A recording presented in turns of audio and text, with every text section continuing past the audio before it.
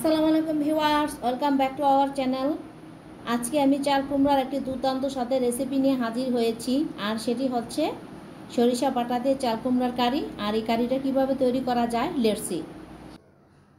সরিষা বাটা দিয়ে চাল কুমড়াটা রান্না করার জন্য আমি এভাবে চাল কুমড়াটাকে এরকম চাক চাক করে কেটে নিয়েছি, আর এরকম সাইজের হবে, এরকম মোটা হবে।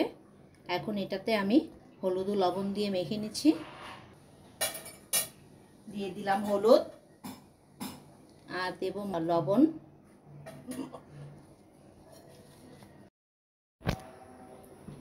চুলায় একটা প্যান বসিয়ে গরম করে নিয়েছি। এখন দিয়ে দিব তেল। এখন চাল কুমড়াগুলোকে ভেজে নেব।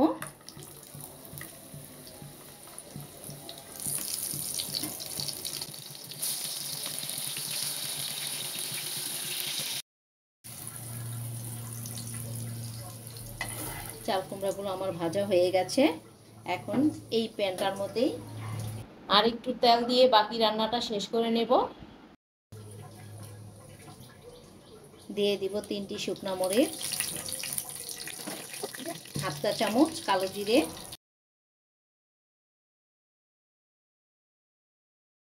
ভিউয়ার্স আজকের রান্নায় আমি পেঁয়াজ বাটা ব্যবহার করব, পেঁয়াজ কুচি দেব না।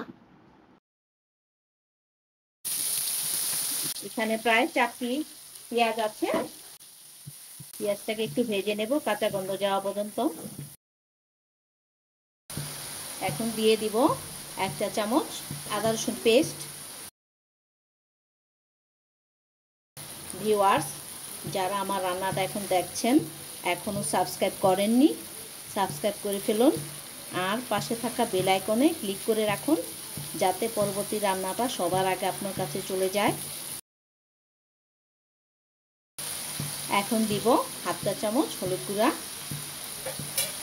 আর আজকের রান্নাটায় আমি মরিচ গুঁড়া ইউজ করব না। দিয়ে দিব স্বাদ অনুযায়ী লবণ।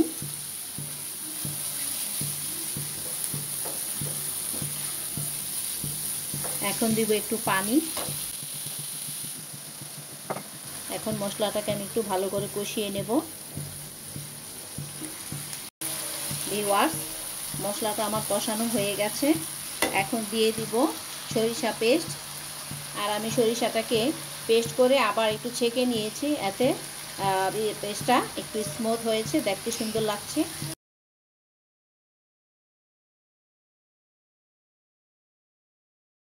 আমি 3-4 মিনিট এভাবে একটু কষিয়ে নেব।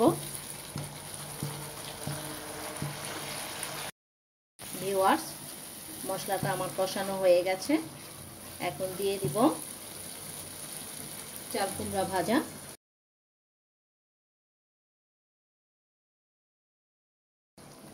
পাঁচ মিনিটের জন্য ঢেকে দিলাম। ফিরে এলাম 5 মিনিট পর। চাল কুমড়াটা আমার কষানো হয়ে গেছে। এখন দিয়ে দিব পানি, অল্প একটু পানি দেব।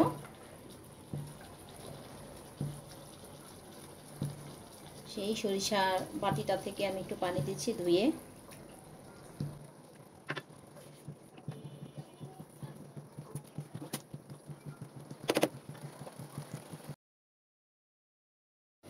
ফিরে এলাম 8 মিনিট পর। দেখুন ভিউয়ার্স তেলটা ভেসে উঠেছে। এখন দিয়ে দিব চিড়ে রাখা 4টা কাঁচামরিচ। আমি আর 2 মিনিট চুলায় রেখে নামিয়ে পরিবেশন করে নেব। সো ভিউয়ার্স তৈরি হয়ে গেল সরিষা বাটা দিয়ে চাল কুমড়ার এই রেসিপিটা। আর আপনারা বাসায় অবশ্যই ট্রাই করবেন। ট্রাই করে ভালো লাগলে কমেন্টস করে জানাবেন। আর প্লিজ বেশি করে শেয়ার করুন।